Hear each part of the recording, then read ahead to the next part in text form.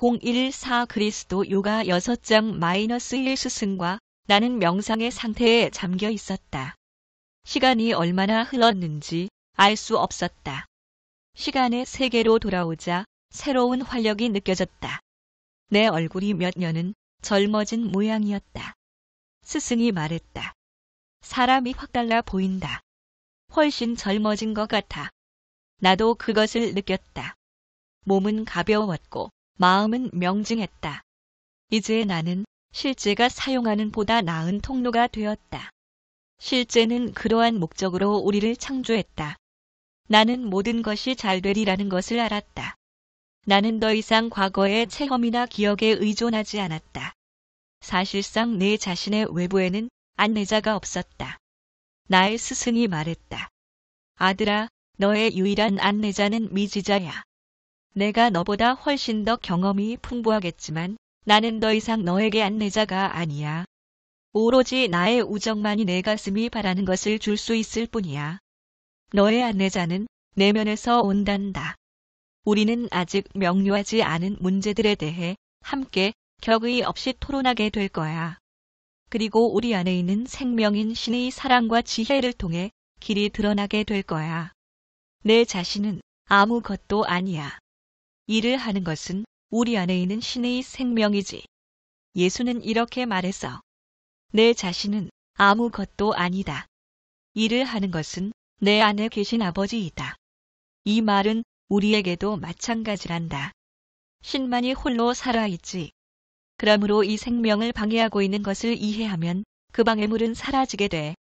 우리는 이른 아침부터 프론트홀에 계속 있었다. 이제 점심시간이 되었다. 내가 말했다. 아침에 과식한 느낌이에요. 점심으로 그냥 우유 한 잔만 먹으면 안 될까요? 이렇게 해서 우리는 우유로 점심을 때웠다. 우리는 세상에서 내가 해야 할 일들과 내가 여행해야 할 나라들에 대해 많은 이야기를 나누었다. 그 후 나는 미국, 캐나다, 영국, 스코틀랜드, 오스트레일리아, 뉴질랜드, 남아프리카, 중국, 일본, 중동 등을 다녔다. 나의 치유 사역은 기적적이었다. 하지만 내가 한 일이 아니라는 것을 잘 알고 있다. 내 자신은 아무것도 아니다. 이것이 내가 그 무엇보다 분명하게 배운 것이다. 나는 영이 인도하는 대로 갔던 것이다.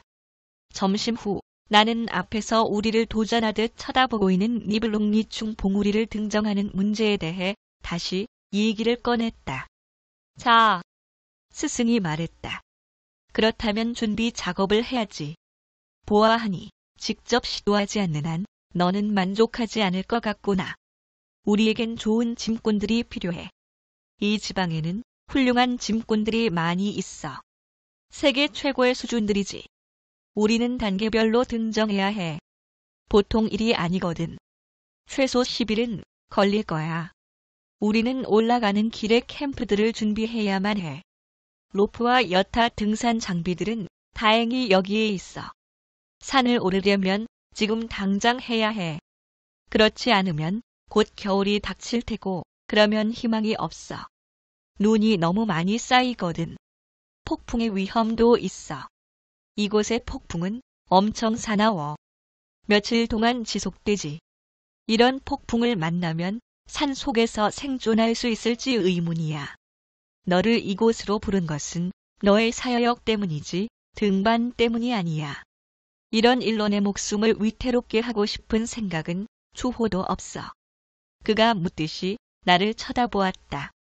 내가 말했다. 정말로 고마워요. 당신이 내게 베풀어준 그 모든 은혜에 누가 되지 않도록 할게요. 자, 그가 말했다. 만일 우리가 저 버섯 모양의 봉우리를 넘어서지 못하면 등산을 포기하도록 하자꾸나. 네, 그렇게 하도록 할게요. 등산 준비가 일사천리로 진행되었다.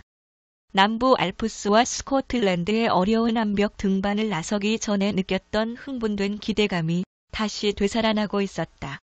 등산에 대한 열정이 나의 피 속에 흐르고 있었다. 내 안에는 도전에 대한 의지가 항상 꿈틀거렸다. 하지만 과거처럼 무모한 위험을 감수하지는 말자고 내 스스로를 달랬다. 여기서 언급할 필요는 없지만 나는 젊은 시절 터무니없는 모험들을 하곤 했었다. 이제 나는 그것들이 얼마나 무모한 짓인지 알고 있다. 준비가 끝나자 20명의 노련한 짐꾼들과 함께 우리는 등반에 나섰다. 그날 아침의 기억이 너무도 선명하다. 우리가 출발할 때는 아직 해가 뜨기 전이었다. 우리가 일출 전에 떠난 것은 빙하 바다까지 이르는 5마일 여정의 첫 코스가 비교적 쉽다고 판단했기 때문이었다. 우리는 아침 7시경에 빙하 바닥에 도착했다.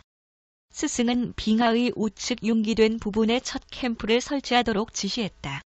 그가 설명했다. 이 빙하의 길이는 15마일이야. 저 설선 역주 만년설이 있는 지역의 하한선에 첫 캠프를 설치해서 우리에게 필요한 물품 대부분을 보관해 두자. 그리고 저곳에 도달하면 그때 가서 세부 계획을 짜자. 우리는 다시 길을 떠났다. 얼마 지나지 않아 숲 가장자리를 통과했다. 이제 우리 앞에 탁 트인 벌판이 나왔다. 바람이 사납게 불어대며 우리의 길을 방해했다. 우리는 빙하의 가장자리를 따라 나아갔다. 크레바스들이 있을 위험 때문이었다.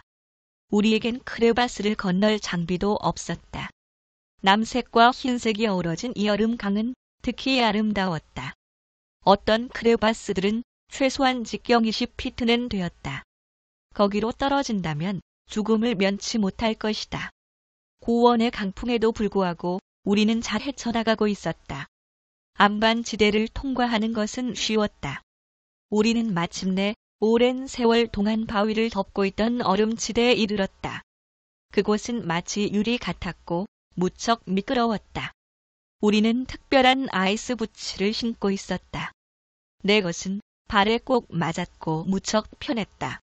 스승과 나의 발 사이즈는 거의 비슷했다. 나는 전에 어떤 일을 위해 그것을 신었었는데 그때 내 것으로 선택해 두었었다. 나는 야크 버터로 그것을 부드럽게 하였다. 그랬더니 발목 주위가 편하게 느껴졌다. 그것은 걷기에 편했고 장갑처럼 잘 맞았다. 등산할 때는 발목 주위를 잘 감싸주는 등산화가 필요하다. 그래야만 얼음을 헤치고 나아갈 때 안정감을 느끼게 된다. 스승이 앞장섰다. 그는 얼음 속을 끊으며 걷는데 달인이었기 때문이다. 나는 많은 등산가들과 함께 산을 오른 적이 있었지만 내 스승과 같은 전문가는 본 적이 없었다. 나는 그와 같은 정확한 판단력을 가진 등산가를 다시는 보지 못할 것이다. 우리는 첫날의 여정을 마치고 쉬었다. 꽤 좋은 성과였다. 짐꾼들이 우리를 따라왔다.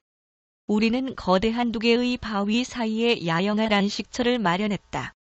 우리는 빙벽 옆에 램프를 켜놓고는 뜨거운 커피, 고기, 보리빵, 버터, 치즈를 먹었다. 배가 고파서인지 맛있었다.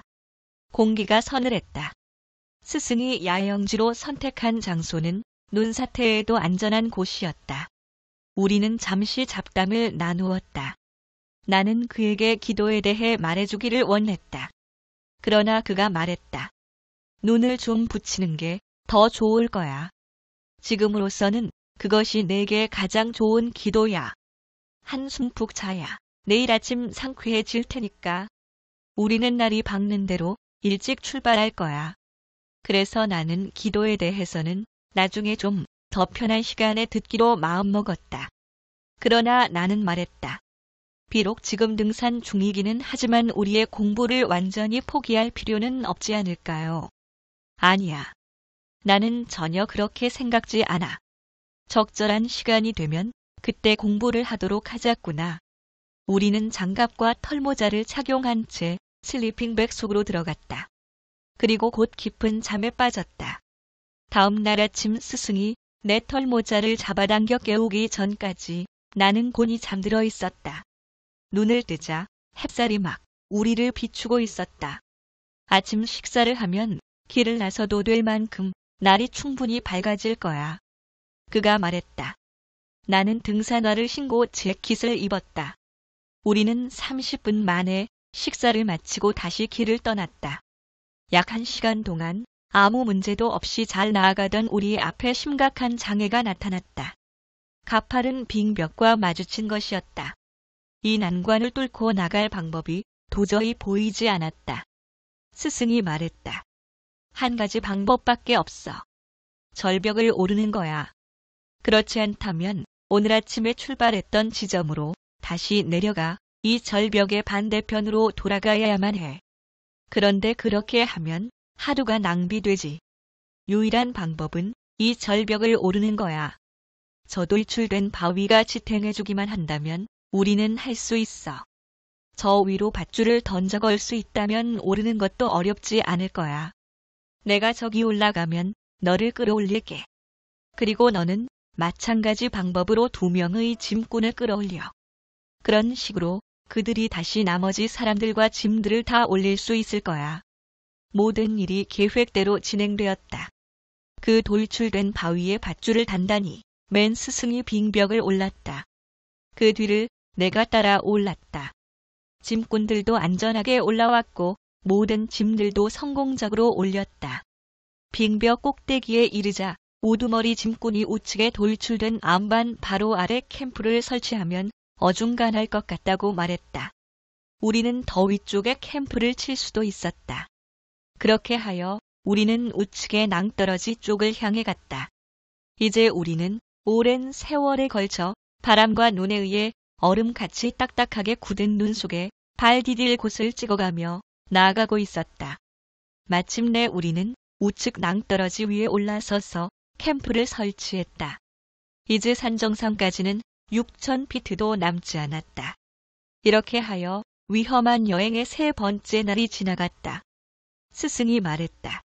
우리는 너무 늦지 않게 반드시 3일 안에 정상에 도달해야만 해. 이곳의 바람은 허리케인 같은 속도로 불어. 이런 광풍이 불기 시작하면 희망은 없어. 그렇게 거기에 캠프를 설치한 후 다음 날 우리는 본격적인 등정을 시작했다. 2명의 짐꾼과 스승과 나 이렇게 4명은 로프를 이용하여 서로 연결했다. 나머지 8명의 짐꾼이 그 뒤를 따랐다. 그들은 등산의 달인들이었다. 로프를 다루는 솜씨들이 놀라웠다. 그들은 우리의 다음 캠프에 필요한 물품들을 운반하였다. 나머지 사람들은 저 아래 캠프에 남겨두었다. 스승이 앞장서 갔다. 그 뒤로 남자 냄저라는 이름의 짐꾼이, 그 뒤로 내가, 그리고 마지막으로 시파호라는 이름의 짐꾼이 뒤따랐다. 남자 냄저는 덮는다는 의미이고 시파호는 비껴간 악이라는 의미이다. 피케를 다루는 스승의 솜씨는 탁월했다. 그는 매 걸음마다 피케를 2번씩 찍었다. 덕분에 우리는 버섯 모양의 정상에 이르기까지 안정되게 전진할 수 있었다. 스승이 말했다. 저곳에 올라갈 수 있는 길이 있는지 조사해 볼게. 그러나 내가 말했다. 당신 혼자 보내고 싶지 않아요. 제가 같이 갈게요. 아니야. 그가 대답했다.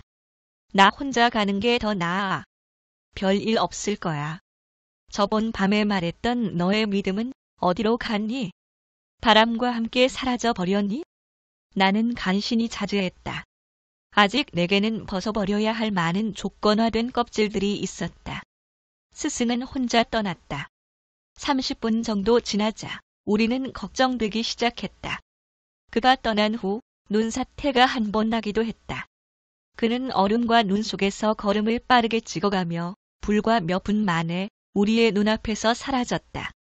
그가 돌아오자 나는 기뻤다. 내가 말했다. 아직 내게는 산을 움직일 만한 믿음이 없어요. 하지만 나의 믿음은 성장하고 있어요. 이번 일은 저의 믿음에 대한 놀라운 시험이었어요. 그가 나를 쳐다보았다. 하지만 바로 대답하지는 않았다. 약간의 시간이 흐른 뒤 그가 말했다. 내가 찾은 길은 딱 한 가지야. 그것은 암벽을 오르고 나서 이 눈 덮인 원추형 꼭대기를 건너 돌출부로 간 뒤 정상을 향하는 거야. 눈이 충분히 굳어 있다면 우리는 해낼 수 있을 거야.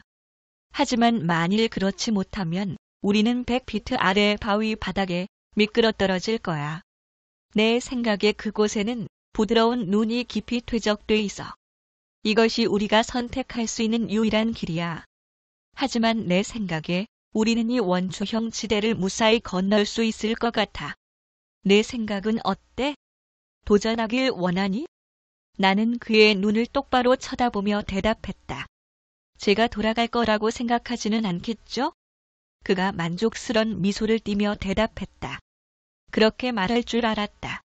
우리는 다시 모두 서로 로프로 연결한 채 지극히 위험한 얼음 바위를 타기 시작했다. 우리는 마침내 문제의 그 원초형 지대 가장자리에 도착했다. 눈은 단단히 굳어 있었다. 덕분에 우리는 돌출 부위에 도달할 수 있었다. 스승은 돌아오는 길이 더 어려울 것이라고 말하면서 이렇게 덧붙였다. 내 생각에 다음 캠프를 여기에 설치해야 할